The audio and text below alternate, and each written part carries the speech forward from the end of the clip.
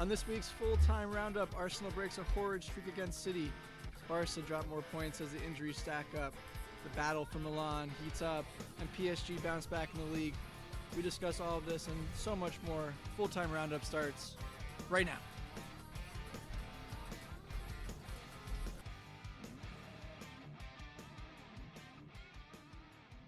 Glad you could join us on tonight's episode. We are coming to you from Braswell's on the back patio on another gorgeous fall night. Daniel, we said last week that fall is undefeated in the Carolinas, and this is a perfect example. We have the music, we have a nice little breeze.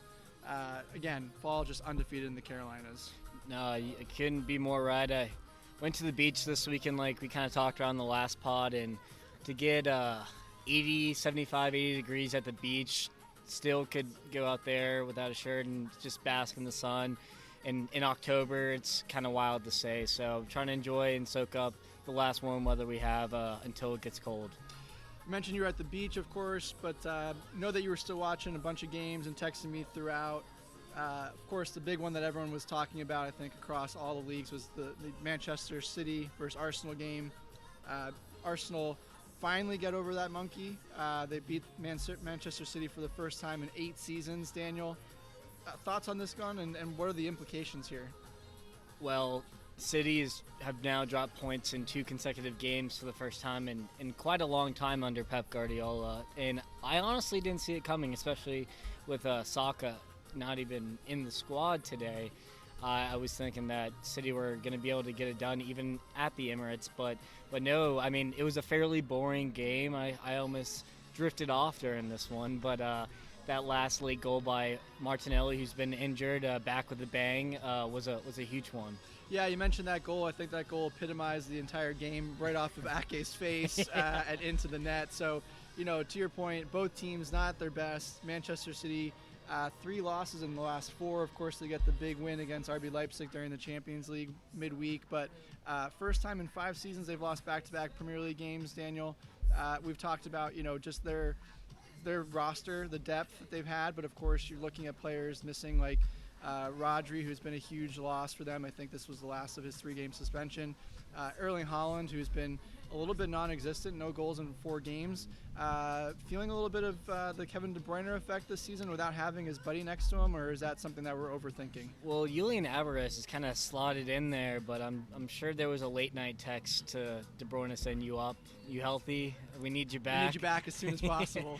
I mean, missing Rodri, I think, is the biggest thing, and you see that Kovacic probably should have gotten sent off, but did not. But I mean, that's nonetheless, it was very obvious that they were missing someone, and Rodri did such a good job at shielding that back line as well as facilitating play, and they struggled with that. And even when they brought on, the likes of Doku and Code, they still weren't able to get it done, and I was very surprised by that.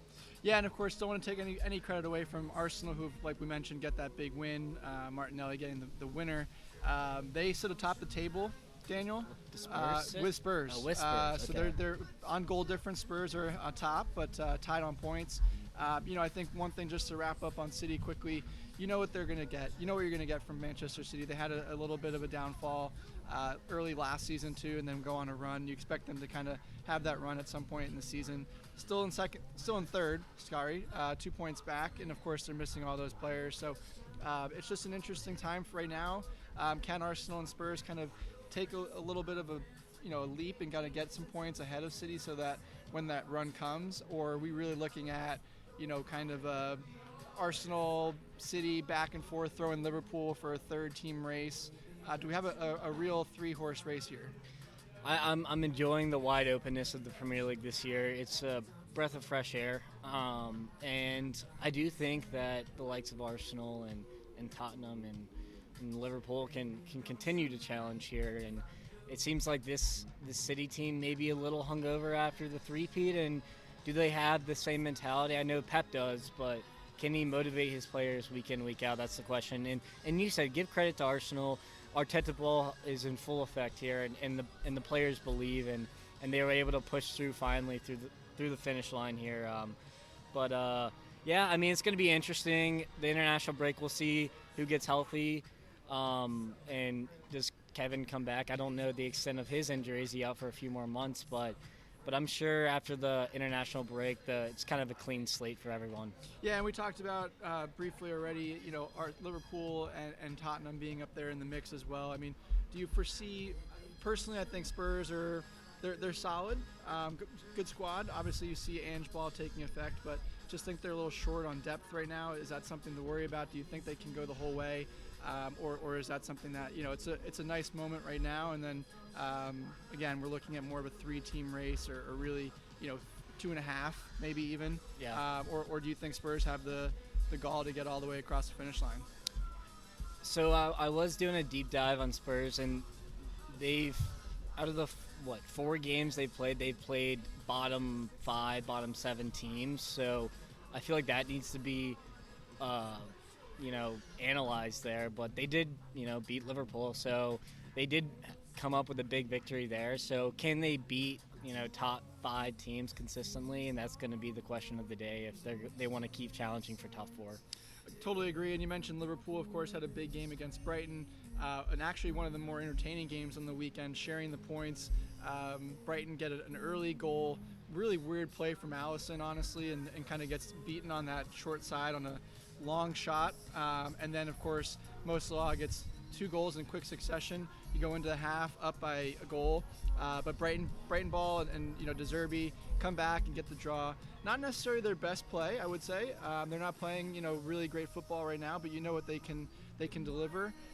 Any concern on dropping points here to keep within the race, or is that something? It's just a good team that you played up against at a tough place to play at the MX too. Yeah. Playing away definitely makes me feel a slightly bit better about this result. I was pretty worried the first 35 minutes because I thought De Zerbi kind of outcoached Klopp here, and I was kind of surprised with the inclusion of Harvey Elliott in the midfield instead of Gravenberch, because Gravenberch has just been so dynamic for us to start the season. But he did come on after halftime and kind of changed the game for us. And if Gravenberch put away that kind of sitter he had, I think it's a completely different story that we're talking about right now. But we didn't, and we allowed Brighton back in the game off a set piece, and I mean, João Pedro blew one over to kind of put the game away at the end. And there was a few ref controversies with should Pascal Gross got sent off, and was that a handball from Alisson? I do, after kind of looking into it, I do think that they were both the correct decisions here. But hey, I mean, Brighton are a top 7 team, so a point's not the worst thing in the world. And you mentioned that's essential sitter from Gravenberch. I mean, at this point, at this level, you have to put that in the net, right? I mean, that's what you're there for. It's a tough one, a little bit of an odd bounce, but at this level, you got to put that in the net. And open goal. Wide open goal, and could those points eventually cost you? We'll see. But, probably. Potentially. And there was another really exciting game on Sunday as well. Don't want to overlook the West Ham-Newcastle game, which also ended in a 2-2 draw. An interesting kind of back and forth here. West Ham go up right out of the gate with an interesting play by Nick Pope. So multiple goalie situations here. I think we're starting to see that a little bit more. I've always mentioned MLS goalkeepers. Maybe I need to start mentioning Premier League goalkeepers. We'll see. And then, of course, Alexander Isak continues his form, getting 2 goals in 4.5 minutes. Looked like Newcastle was going to control the game and kind of see that win out, get 3 big points on the road at London Stadium. And then Mohamed Kudus comes off the bench and gets an absolute fantastic finish with his left foot to get the point for West Ham. Are we sleeping on either of these 2 teams, and kind of what is the outlook for both of these guys as we head into the second half of the season? Well, very early, but more forward than looking back. Well, a couple weeks ago we were pushing the panic button on Eddie Howe and the Toon Army, but they've kind of studied the ship since then. And both these, I mean, David Moyes and this team is legit. So I think we've sung their praises the last couple of weeks. So I wouldn't say we're underestimating them. Any game away at both those spots is a tough ask. But I mean, I want to harp on the goalkeeper point that you made, and we've seen the modernized revolution of soccer with the goalkeeper more involved as ever. We saw that in the Brighton-Liverpool game, and we've seen that in this game. And these mistakes are going to happen when you ask your goalie to participate in build-up play. You see defenders make mistakes, but it just, when a goalkeeper is going to make a mistake, it's probably going to be costlier than any other position on the field. So I did want to say that it's more of a how the soccer has evolutionized through the years, that with these more, every goalkeeper is going to have at least one howler in the season. Isak, off the mark with 2 goals. He's had a brilliant start to the season with 7 goals, and that ball from Trippier on that second, just one time. Man, what a ball! Oh man, it was a dot to him in the middle of the Perfectly goal, weighted off a in. volley. That's absolute class right there. It was, and he's been a big part of that. Newcastle taking that next step is that experience and playing for elite clubs, and so I think it's no points dropped here for either squad. I think that's a hard-earned draw both ways, and of course they both had European matchups during the week too. Yeah. So one of the things that they were mentioning on the broadcast, and curious to get your thoughts on it. We've talked just how some of these teams are not necessarily used to having midweek games or the run of fixtures. West Ham get Thursday to Sunday. Newcastle have Wednesday to Sunday. So could have that been a bigger, could that extra day have been a factor? Of course, David Moyes and West Ham have had European football the last couple of seasons. Newcastle haven't. So an interesting dynamic there. You mentioned both getting a good point. I think, that's what you're looking for midweek, especially for Newcastle after a really, really big result against PSG as well. Yeah, coming off a high, both of them. I mean, West Ham beat Freiburg and they beat PSG, so there was definitely a letdown spot for both teams here, and a draw is good, I'm sure, with both managers. Now, talk about high. I think the fans are still jumping up and down in Manchester, the red side, after Scott McTominay comes on and arguably saves. You don't want to overhype it, and you mentioned, kind of setting expectations. We are only 8 games into the season, but an absolute season-defining win to some extent for Erik ten Hag and Manchester United. That those 2 goals in the last 4 minutes to get the 3 points. It almost looked like classic Manchester United and Fergie time to me. I don't know about you, but how big a result was this for Manchester United? I don't think it can be overstated how important this was. This could be a turnaround of the season here. I guess we'll have to see after international break here, but getting 3 points when you're kind of bottom 10 of the table, just every 3 points matters so much, and they needed 3 points against a struggling Brentford at this time, and you see Casemiro give the ball away to kind of spring Brentford on the attack, and they go down 1-0, and you're kind of scratching your head like, oh, here we go again, and McTominay with such a nice cheeky touch in the box and just a quick finish, and he he does it again off a long set piece with the last minute of the game, and McTominay's kind of been the forgotten man in Manchester, and there's been a lot of questions about, hey, what's wrong with United's midfield, and maybe he is the answer and he should get more chances going forward here. So, Harry Maguire with a big assist, he's just gotten so much stick recently, and that defense is in shambles, but you'd like to see, a guy who's just gotten shit on so hard to kind of maybe have a huge assist there, and maybe that kind of turns around his career and gives him a little bit of confidence. Yeah, you mentioned Harry Maguire, an absolutely massive fixture and result for him, and getting an assist on the final goal. You mentioned, this was not a good performance from Manchester United. No. Probably didn't deserve the points, but they get it. To be fair to them, they have massive injuries. You're looking at that back line that started, which was Lindelof on the left, Johnny Evans, and Harry Maguire as your 2 center backs, and then Delot, which has been pretty solid on the right-hand side, pretty consistent. So that's kind of a normal piece. But other than that back line, and you saw it on the first goal, which was just chaos from the defense. That clearance was so bad by Lindelof. Absolutely. But they find a way. You mentioned this could be a turning point. They do have a break, and maybe they get some players back from injury, and this could be an opportunity. I think there's a lot going on, a lot swirling around in Manchester. Of course, another team that has been under scrutiny is Chelsea. They're 3 games in a row now, Daniel, with three wins. Don't look now. I told you top 6. It's not over yet. Scored 4 also, so I don't know what's going on here.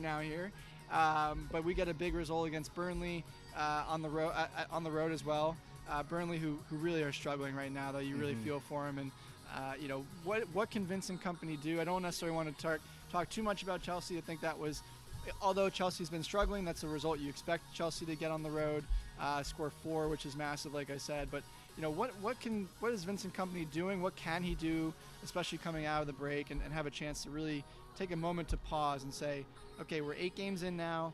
This is working. This isn't working.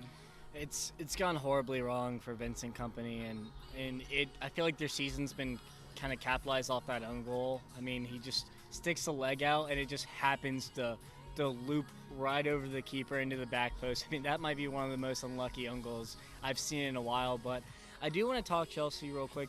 Burnley get off the mark. They score early within 15 minutes, and Chelsea could have kind of just went into their shell and lost this game 1-0 very easily. But you guys responded, and that was probably heartening for you to see that there is fight in this team. And once the first came, then 3 others came pretty quickly after. So you like to see Kompany be a little bit more pragmatic, maybe go back to the 4-4-2 Deitch setup, because they do have a big striker who can be a target man. So we'll kind of see how it goes, but right now I'm not seeing much from Burnley that gives me any hope. Yeah, you mentioned the fight, and it was good to see, of course. And we go down early defensively, still kind of some issues in the back, although some pieces injured, some pieces that look good. You'll see Reece James come back after the international break, after serving his suspension and injury, of course. DeCC was good in the back, I thought. Thiago Silva was strong for now. Of course, he's that veteran presence, but how long will he be there? Excuse me, as some of those players come back from injury. So I think, and then of course, Cole Palmer up front and Raheem Sterling looked like the old Raheem Sterling. And even though that wasn't an own goal, it was his shot that got deflected. And but yeah, going back to Burnley, I think it's hard to play the style that they play in the Premier League. They have to make some adjustments. They have to, like you said, play a little bit more pragmatic, more direct, I think. They try and play an expansive, open style, and they just don't have the players to play that way in this league. And we've seen this before with Daniel Farke's Norwich. They kind of played the same way, committed to this playing out of the back, playing this pretty soccer, and they were a yo-yo club for that reason. And you can't do that really unless you're Marcelo Bielsa and Leeds going up, and you saw how that ended. It didn't end well. So I don't know. Kompany, he has that big head for a reason. I'm sure he's going to be thinking a lot during this international break of how they can steady the ship. And I think they're committed to him, but if he doesn't turn anything around soon, then he might be on the hot seat. Of course, a great player in his own right. I think they figure a way to do it. A way to get it, at least a couple, turn it around. They may not stay up, but I think to your point, he's a smart guy. Of course, he had a fantastic career, and we'll see what happens. Staying though in the relegation area, Daniel, Everton against Bournemouth. We talked about this in the lead up to this game. Of course, a big 6-pointer. Everton get a huge result. Bournemouth really, really struggling right now. I think they almost guarantee, in my opinion, to go down with Sheffield and Burnley. Yeah, it's the kind of same conversation. Iraola likes to play that expansive football, and they also don't have the guys to do it. But I mean, when you go and you're playing out of the back and your fullback slips, just gives the ball right there with an open goal, that doesn't help. And we saw that happen, and a goalie punch kind of out of position, and then Jack Harrison puts in the back of the net. So every time that Everton score 3 goals, it's kind of like, wow, I can't believe that happened. But definitely a huge result for Everton here, and interesting stat, Everton has a higher XG in the league than City does. So maybe Dyche Ball is gonna have some fruits of their labor, and maybe they can make a run here. My favorite stat, XG. What you just said epitomizes exactly why I hate that stat, right? But that's neither here nor there. Of course, the other team at the bottom is Sheffield United, who lose again to Fulham, have yet to register a win this season. So that's 2 teams, Bournemouth and Fulham, who have yet to register, or Sheffield, excuse me. I think one of the bigger questions I have for you, Daniel, and we've been hearing this from friends of ours and just in the media, of course, this promotion set of teams has been one of the weakest in a long time that I can remember. Is there anything that you can pinpoint in particular that you feel might be leading to this, or is it just kind of one of those seasons where the teams were poor coming up, and we've talked about a Leicester that went down that looks good right now in the championship. They may be coming back next season, but Anything in particular that you can pinpoint around why these three teams have been really poor? And I think, the Prem is not as strong top to bottom this season, which may be part of that too. I actually can, and I've harped on this before, probably earlier in our days on the pod, but newly promoted sides are kind of realizing that leveraging your entire club's existence to survive 1 or 2, 3 seasons in the Premier League is not worth it.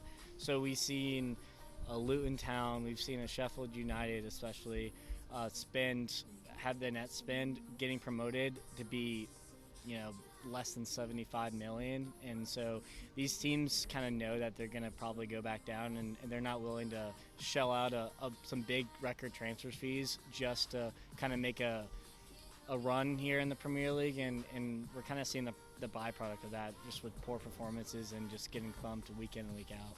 Yeah, and you talked about that too as well in the Cups and teams like that, thinking they should play and get the points and the opportunity to win, and they play weaker squads just for that opportunity to get up and either in any level of promotion, right? They're really focused on getting promoted to that next level and making that money. So to me, I completely agree with you. I think it's just a funding situation, resourcing and, trying to make as much money as you can. And if you go down, but you get that Premier League money every season, right? It still counts, and then you work your way back up. And so it'll be interesting to see as that goes, if that changes, if there's any way the FA can implement some rules going forward to make it a little bit more competitive. Of course, you don't want to lose and dilute the product and kind of force teams to do that, but you still want to see competitive soccer across all the leagues. Yeah, well, you see MLS has a salary cap, and everyone's screaming to get that out of here immediately. Yep. So it's kind of the lesser of two evils here. And I mean, when Manchester City has outspent in one summer Luton's entire existence of spend, it's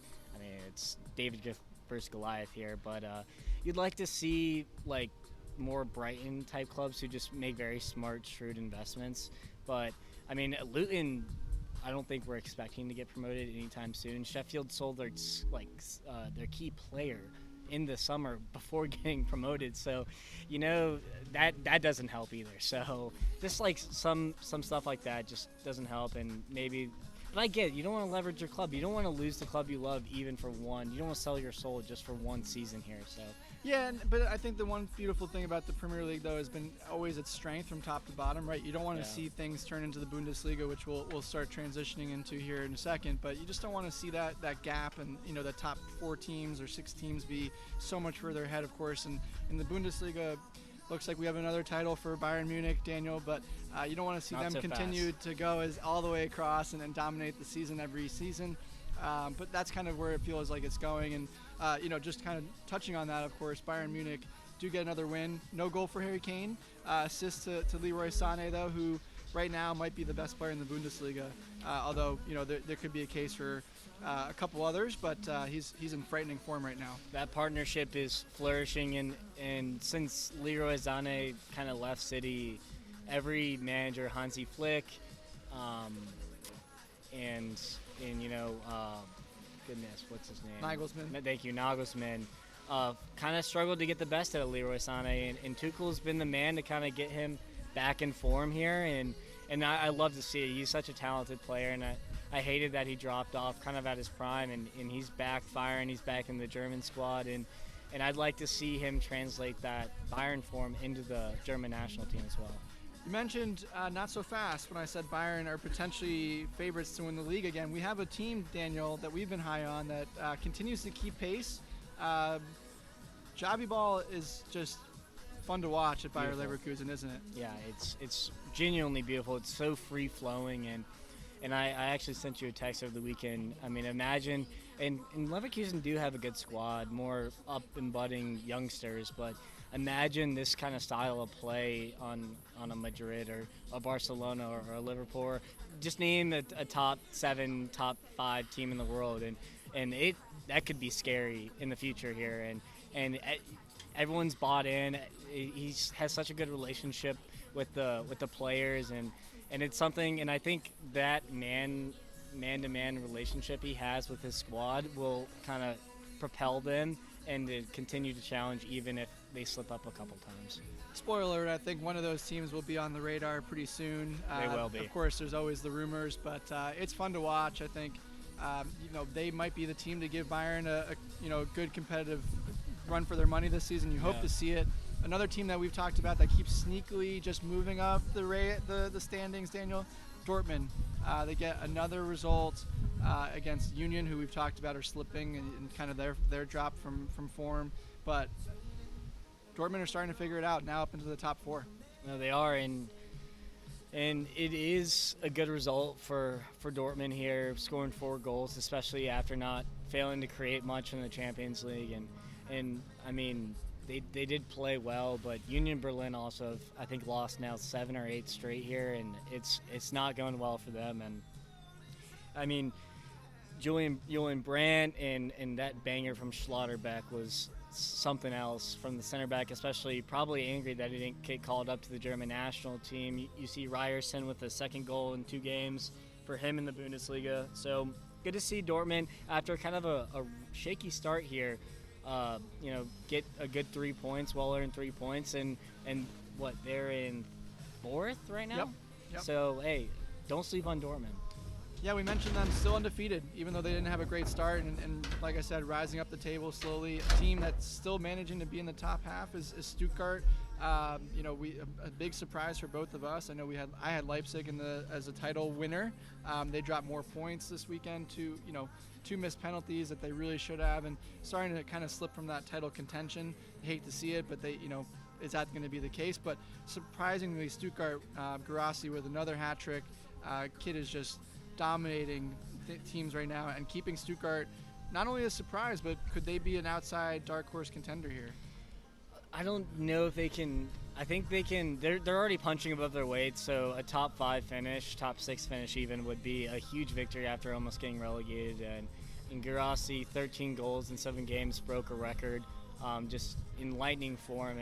And it was his 50th game in the Bundesliga for Stuttgart, and he kind of capitalized that in style. And when you're in form like this, sometimes the ball just finds you, and we saw that a couple times in the game where the ball literally just happened to roll right into his space, and he just had easy tap-ins. So really happy for Stuttgart, and beating Wolfsburg convincingly was not an easy task, because Wolfsburg have been really good as of late, and it shows that they did get humbled by Leipzig, but they got a huge result against another top 6 team. I will say with Leipzig, this was the perfect bounce-back game for them, especially after you play City, you play Bayern, and they dominated the game and just couldn't put the ball in the back of the net. So definitely points lost for Leipzig, but I think they'll bounce back in a big way after an international break, and they'll still challenge for top 3, top 4. And of course, Bochum gave Dortmund earlier in the season a run too, and took points off them as well. And you mentioned teams that you expect to kind of ease and take points off of. You look at a team like Barcelona, who played Granada down in the relegation zone for La Liga, and drop points there. Daniel, this is becoming a problem for Xavi Hernandez's team. We mentioned that they really can't keep dropping points, and they go out and they do just that, now sitting 3rd behind Girona, and of course Real Madrid atop the table. Injuries and conceding early really starting to cost this team, and is that a concern for you? I know you're very high in super status and super squad here. Is that super squad status starting to lose a little bit for you? Well, if they're ever going to be healthy, and you've seen key players missing, Frankie de Jong, Pedri, Lewandowski, and when you go down 2-0 to a relegation-bound Granada, that's never ideal. And they did claw back to get the draw, and they almost had the winner, called off late with I wouldn't say questionable, I guess. It was offside. It was. And it's a tough one. It's a tough one, for sure. I mean, by a hair, too, which that's the worst part about it. But, it also sucks when you're down 2-0 and you're already starting Fermin Torres and Lamine Yamal, and you literally have no other attacker on the bench to throw on late to get a goal. And they did sell some budding talent, or loaned out at least, in the summer. And it would have been nice to throw on I'm going to say Eze, because I can't say his whole name, but he's on Betis, and I think he would have been a key player to throw on here if they didn't loan out. But, with the financial constraints that they have, they kind of had to do what they had to do. But Jules Koundé with another injury, he probably is going to miss El Clasico, and that might be all she wrote in the La Liga if they lose that El Clasico matchup. And never say never with them, but you hate to see it. Yeah, and of course, like we said with the Premier League, it's a long season. Don't want to overreact, but of course, more drop points, third place, and then you mentioned coming out of the international break that matchup with Real Madrid, who continue to cruise. Daniel, I mean, Jude Bellingham, 2 goals to start the match. Vinny looks good and is coming back and getting another goal there. They're just the team to beat, right?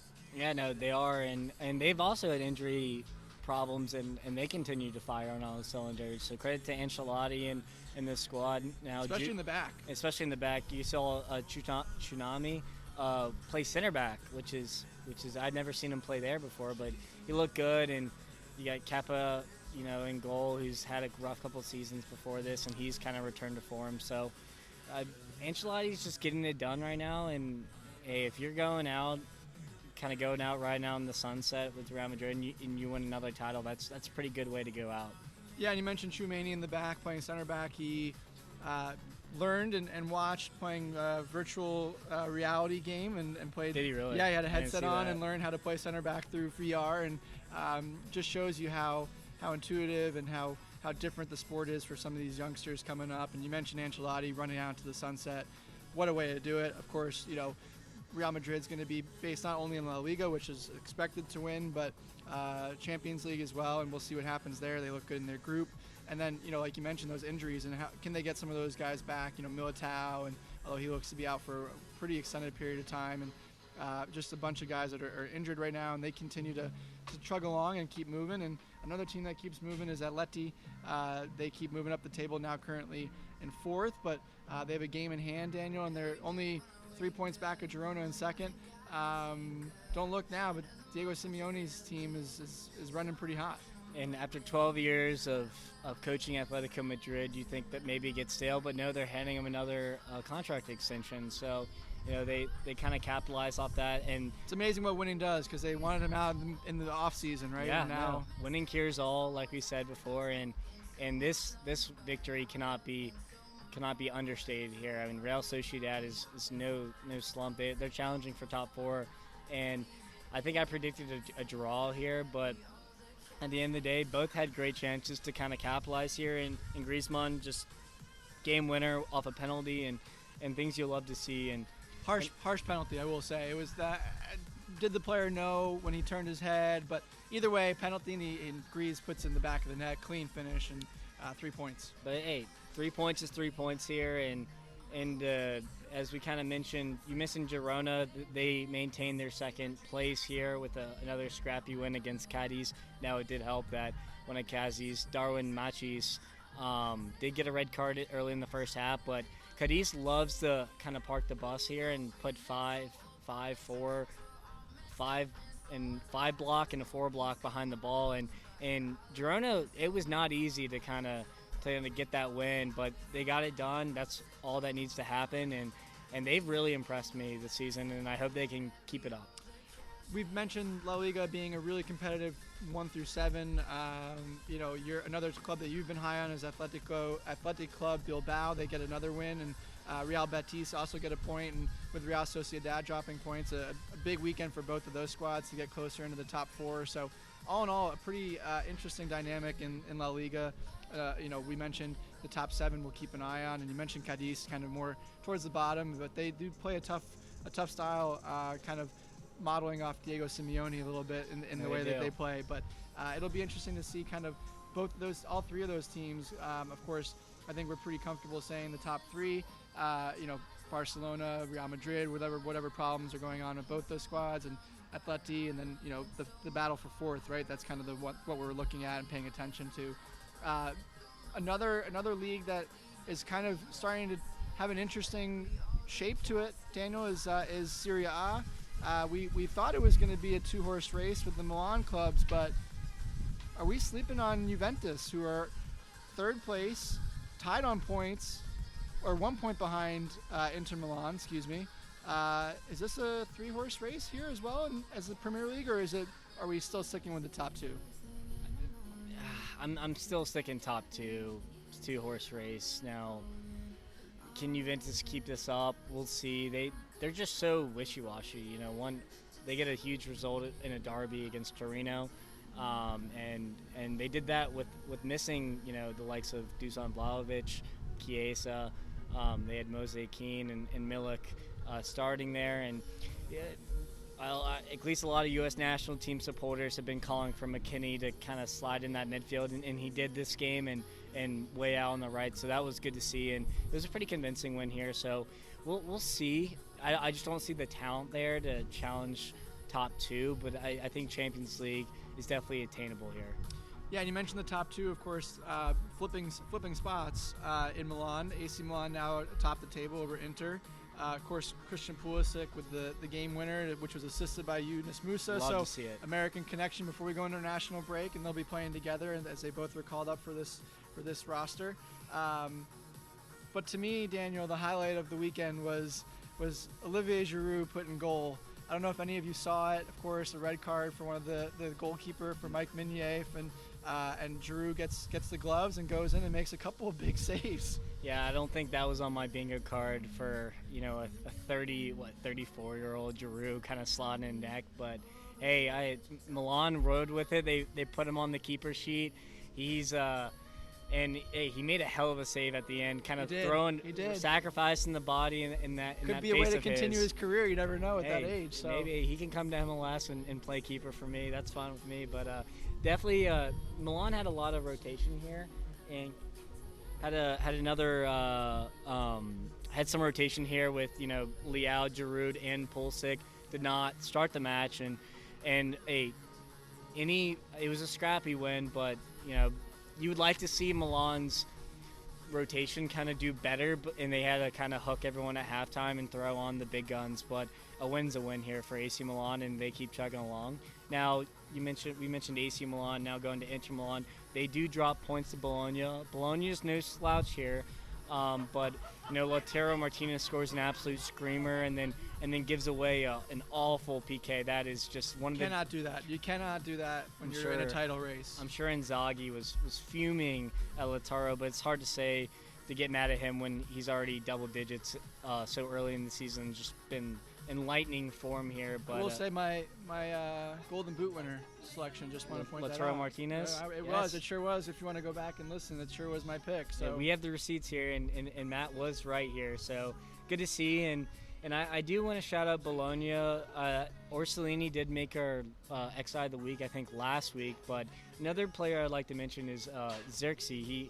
Bayern product. He got a couple games in with Bayern and kind of was shipped off. And I think he's a very complete number 9. I was actually watching some tactical replay on him on Twitter, and he scored a beautiful goal there. And I don't think he'll be at Bologna for very long. Now, I don't know if you can hear in the background Maroon 5 playing that you'll always be there for you. And a team that will be there and a manager that will be there for you is Jose Mourinho with Roma, Daniel. An interesting segue, of course, but seems like that man just continues to get the best out of his teams. They're slowly moving up the table, up to 10th now after a really difficult start. Of course, they've had some results in Europe as well. Any thoughts here on Roma? Are they just kind of an outlier at this point, or someone to keep an eye on and keep an eye going forward here in Serie A? I wouldn't say that. I would say that, you know, Calgary is just really bad.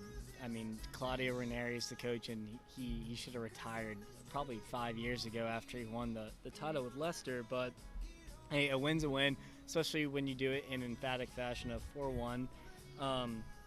Lukaku continues to shine for Roma, and they look good. But a team I really wanted to mention here was you know, the probably the best match of the weekend in Serie A, Fiorentina and Napoli. La Viola, as I'd say, got a huge 3 points away win, emphatic win, 3-1 win against Napoli away, and I did see some reports that maybe Rudy Garcia already on the hot seat at Napoli.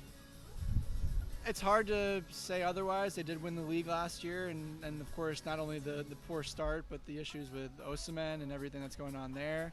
I think it's a little early. It's a little harsh. I think, you know, after winning the league for the first time in 30-something seasons last season, I think Napoli fans need to temper expectations a little bit. Maybe same with the board. But can't keep dropping points to, and especially to a team like Fiorentina, who you're fighting for top four. Another team that's kind of in that mix now all of a sudden is Lazio, who took off points from Atalanta. So when you had that chance, you really could, capitalize. Yeah. And so it will be interesting, but I think everyone needs to hold the brakes. Maybe they need a little bit more time to celebrate last year's win and kind of learn and understand where they are. Of course, they have the roster, which is probably why people are starting to get a little crazed. And we talked about it earlier, just not playing up to their standards. But I think, time will tell. It's very early, 7 games in Serie A. So I wouldn't be too concerned. I wouldn't either. Especially when you win a league like that, and then you change coaches. There's always going to be, regression here. And I was listening to the broadcast, and apparently the Neapolitan fans are pretty quick to turn on anybody. So not the most ideal situation there, but we'll see. And when you have Osimhen and Graciele, really you have to get the best of both of them, and Rudy Garcia has not gotten the best out of either of them. And when you're trailing and you take Osimhen off and at the 75th minute, that's also what you don't want to see. So don't love that, but I think they'll figure it out. And of course, you don't want to talk about a team that's having struggles and fans running away from the club, Daniel, but the situation down at Ajax continues to just unravel week after week. Currently 16th place in relegation spot. What is going on in Amsterdam, and can they right the ship, or are we looking honestly at a serious consideration for Ajax being relegated this season? I think that is a hot take, but I think they're going to figure it out. The squad is not what it used to be, and they're a poorly run club at this point, which I thought I would never say. But their director of football, after Van de Sar kind of had that horrible injury, he was not the guy, and he was already sacked, and the coach now is on the hot seat, and I don't think he'll be there for very much longer. And they did play AZ Alkmaar, which is a top 4 team in the Eredivisie, but you lose to PSV one week and then you get beat again by another top 4 team. That's not where you want to be, and they are actually winless without Kudus since the departure of him. So kind of understates how good Kudus was for them. But I expect changes there soon, and maybe they can kind of reinvigorate that squad. Yeah, and you mentioned PSV, of course, top of the league in the Eredivisie right now, and a battle there with AZ and Feyenoord as well. And so that's going to be an interesting one, and it's going to be tough for Ajax to get back into the mix. Of course, in Portugal, Sporting and Benfica all win, scrappy wins, but expected wins, and kind of status quo for that league right now. Very status quo. But moving back into a league that we've talked about as far as maybe one of the more competitive leagues is Ligue 1, Daniel, and a lot going on there. Of course, PSG get a big bounce back win against Rennes. Wonder goal from Vitinha. Hakimi gets a great header as well. What, flash in the pan here, or is this something that could be a momentum builder for PSG? We talked about this is a huge fixture, because if they lost to Rennes, then you know how Paris fans can be. Everyone should know that, and they'd probably be calling for heads. And it was an emphatic win, and Rennes have been playing good ball, so it was. But they also haven't scored against PSG in a couple seasons now, so at least they got one in. Got to see the ball go through the hoop sometimes, or in the net. For all you football fans, sorry for my American reference here, but yeah, Hakimi with 3 goals in 5 games. He's kind of picked up and kind of stepped up when they needed him, and Mbappe did not score in this match, but you know who did? Muani right off the bench, and what a very key player in my opinion who needs to step up here is Goncalo Ramos, and he's kind of struggled. It seems like maybe he's faltering in confidence a little bit. And he was on fire for Benfica last year and was insane for Portugal as well. So I would like to see him step up a bit. And if he can kind of get firing, then maybe he can be the one to fill the Mbappe void eventually. Perfect timing for the music. Let's go. I mean, where is he? Where do you play him, though, as well? That's kind of one of the things for me with all that firepower up top. But, yeah, you would love to see him come in as play as the 9, maybe put Koulibaly on the right, though not his preferred side, and then Mbappe on the left. But it's going to be interesting to see, and like you said, if they can get him going, you have three really powerful players up top. Not that you don't right now with Dembele on the right-hand side, but we all know Dembele struggles with consistency. So it'll be interesting to see what happens. And of course, they're all trailing Monaco, who go atop the table this week with a goal. And another American player, Daniel, who's looking really good is Florian Balogun, who just continues his form. Yeah, no, that was a big win because Monaco is honestly a little bit surprisingly at the top because they've had some weird results, and we talked about how the French league is pretty wide open here, but Reims have not been any slouches in any sort of the imagination, and a convincing 3-1 win was huge. Ben Yedder broke some record. I can't remember exactly what it is, but he scored a handful of goals in Ligue 1. And you love to see it. And Monaco, I look fondly on Monaco, just especially after that one run they had in the Champions League, knocking out Man City several years ago with that super team that they had. And they make good investments, and they're kind of like the Brighton of the French league, in my opinion. And I always love seeing them flourish. You mentioned teams flourishing. Some teams that now are starting to calm and kind of level set here in Marseille. Of course, the new manager, Gattuso, comes in. They get a big result. He's has a big presence. Yes. A big personality. And any thoughts on where they can go? Are they still fighting here? Or are they kind of, is this an opportunity for Gattuso to kind of take stock of what he's got, add in the transfer window in the summer, and build for next season? I mean, he's the rhino for the reason, and a club like Marseille needs a strong figurehead, and he's the definition of a strong figurehead. And getting Aubameyang firing is the first step, and boy did he did with a goal and a beautiful backheel assist to Ismail Assar to kind of top off that victory here. So you love to see it, and Marseille, they're a good club. They have a lot of talent, so I expect them to challenge top three. And I think anything below that is kind of almost a failure for them. Yeah, and you mentioned the top three, so of course Monaco at the top, and we mentioned PSG currently in third, and the other team to round out the top three is Nice, who remain in second right now. 39-year-old Dante with a youngster, making a pretty good pairing up top there. Yeah, or at the back. Excuse me. But yeah, no, Dante, ex-Bayern player, was phenomenal for them back in the day, and he's still kicking at 39. And you mentioned the young Todibo, who is kind of a Barca reject, and they don't score too many goals, but hey, they keep clean sheets and keep it close every match, and that's how they're kind of churning out results here. And Nice back in the day were pretty historic, and it's good to see them get back to their best after several years of mediocrity. Yeah, you mentioned Todibo, and he's getting a lot of love all of a sudden now, too, with his form and seeing where he could go in January or potentially in the summertime. So it'll be interesting to see. And, can Nice keep that form and give Monaco and PSG a good run for the top three in France? It'll be interesting. We talked about the parity and how that's a strong competitive league, so something that we'll keep an eye out the entire rest of the way. You mentioned we didn't even mention teams like Lyon, who continue to struggle. Of course, Lens, who beat Arsenal in the Champions League. So very competitive league in the French league. You don't hear that very often, but we'll keep an eye out for you as well as everything else. But Daniel, I know I need a refill. You do as well.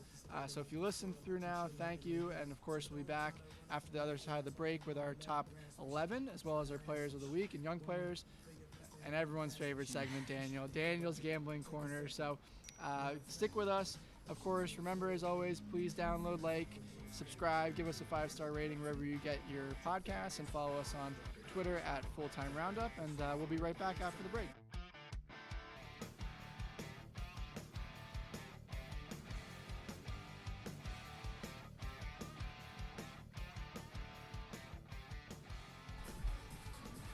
Welcome back. Daniel, I know you have a wonderful, clear drink in front of you. I have a Oktoberfest, as it is fall, and Oktoberfest is here. Very seasonal. Very seasonal. Of course, we mentioned how great fall is, and just it's perfect out right now here on the back patio. Yeah. You went with your Oktoberfest. I couldn't say no to a $3 Wells here at Braswell. So First time, right? Very first time. So we popped the cherry here, and I got a nice vodka soda with 2 limes, just how I like it. Definitely not my first time. We'll try and get you here as much as we can, but great spot. But Daniel, with that being said, now one of our favorite segments on the show. And of course, like we mentioned before, our Twitter handle, Full-Time Roundup. Please follow us over there, engage with us. This is one of the segments where we'd love to hear from you guys. Is some of the players that we've missed or performances that we didn't catch, because of course we can't watch every single game out there. We try and do our best for you. So Daniel, it is that time for our best 11. Run us through the goalies and defenders. All right, so for goalie of the week, just for meme's sake, we got Olivier Giroud. I mean, what a performance he put in. Sacrificing, going in net, things you love to see. And anytime an outfield player goes in net, it's automatic. So just know that for future XIs of the week. And then for our defenders, we got Akimi with the goal and assist.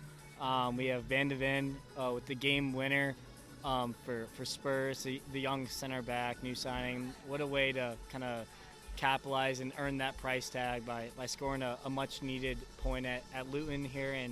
And then we have Ismail Jacobs with the goal and assist for Monaco. And would you like to lead us off in the midfield? Absolutely.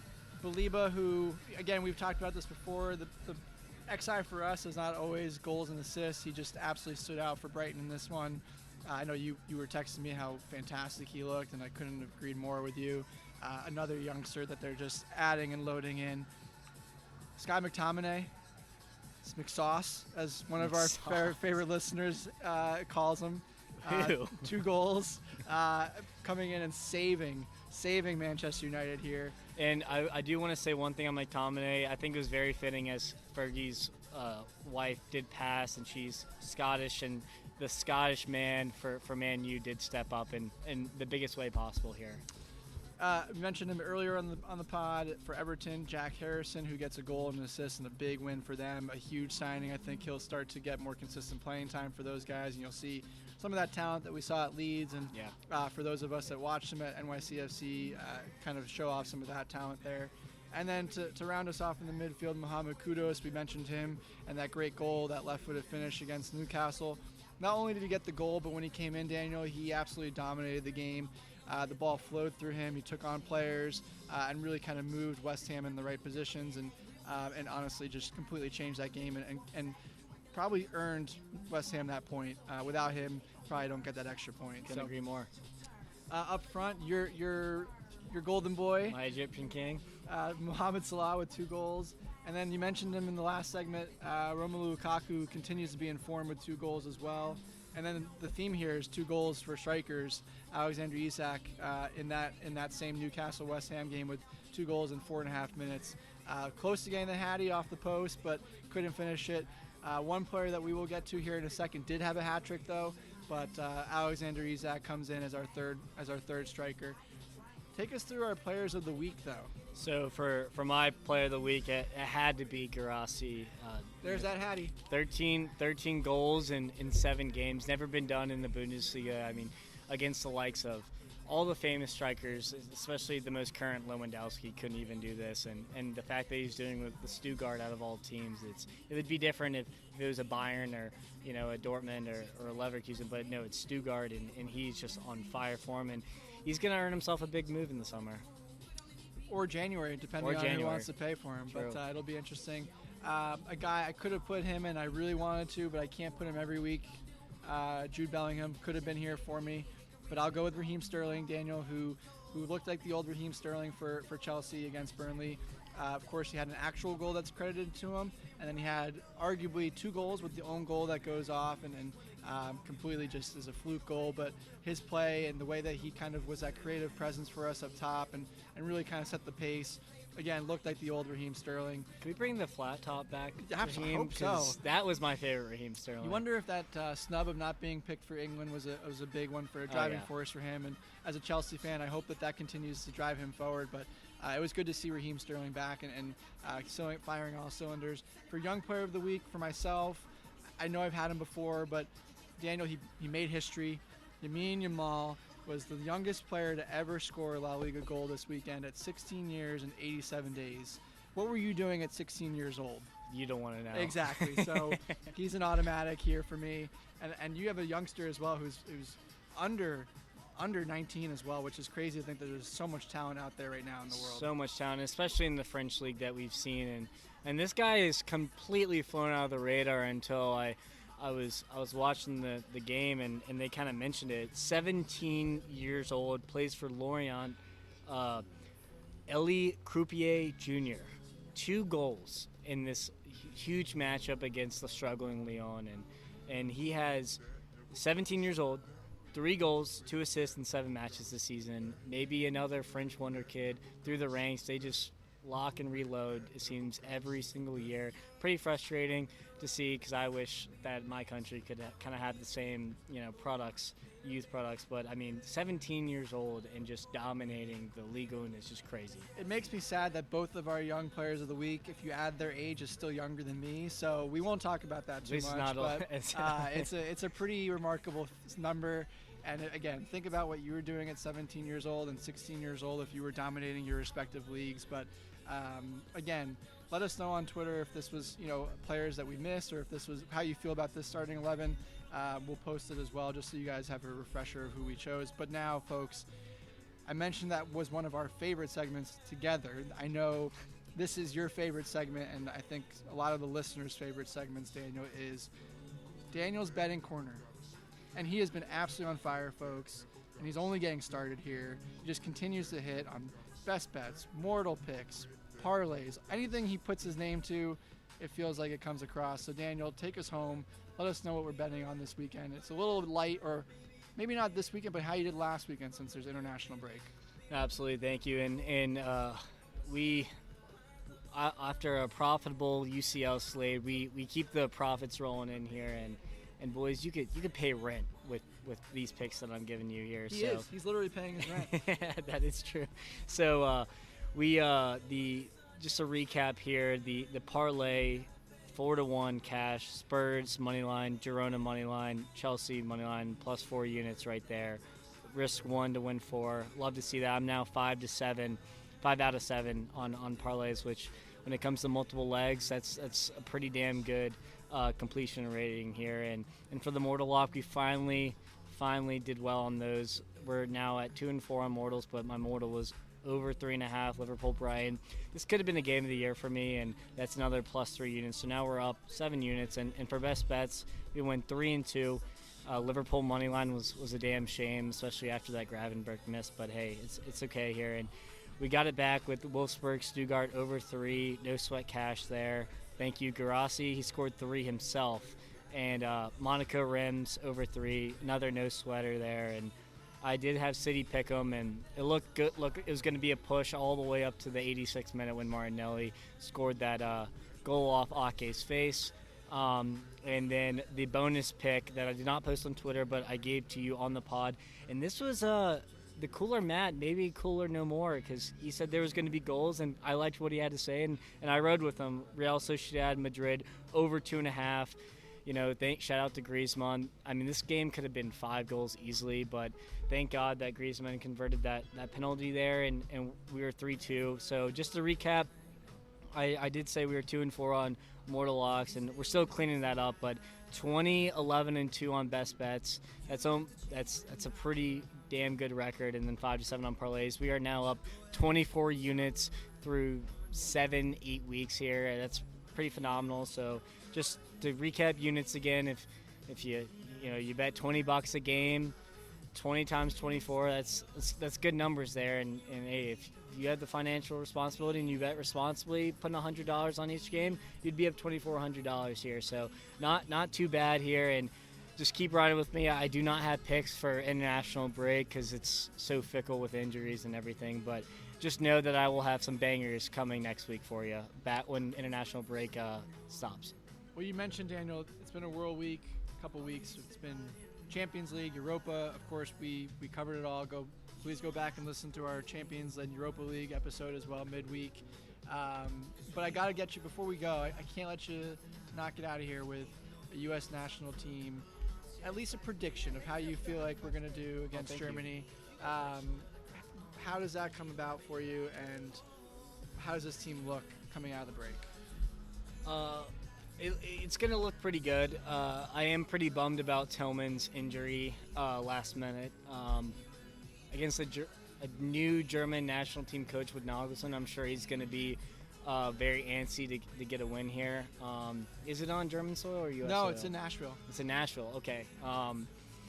It's going to be an interesting game. I'm expecting a draw, but if we lose to a star-studded Germany squad who needs a result more than anything in the world, I won't be too shocked. But I would just like to see this team look free-flowing and not with kind of shackles almost when it comes to Greg Berhalter. We've been pretty critical, so you're going to hear us give them hell if we look bad here, and I just want to punch above our weight, and I don't even think punching above our weight with the talent that we have on the squad is that much to ask. We have so much talent, and we mentioned on the pod today, we have at least 7 players coming in great form here, so I expect us to at least give the Germans a hell.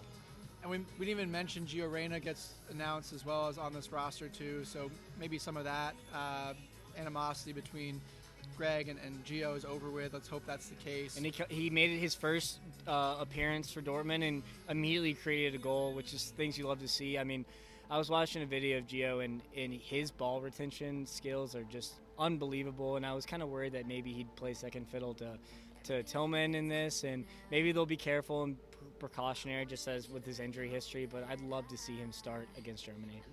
And of course, we'll keep an eye on all this for you guys and give you the download next episode. But this break couldn't come at a better time for me, Daniel. I know it's been a lot, overwhelming a little bit at times, but we'll look forward to getting our fix when the international break is back. But again, we always enjoy having you guys listen in. Please feel free to interact with us on Twitter at Fulltime Roundup. Download, give us a rating, 5-star rating wherever you get your podcasts. And as always, we'll see you in the next episode.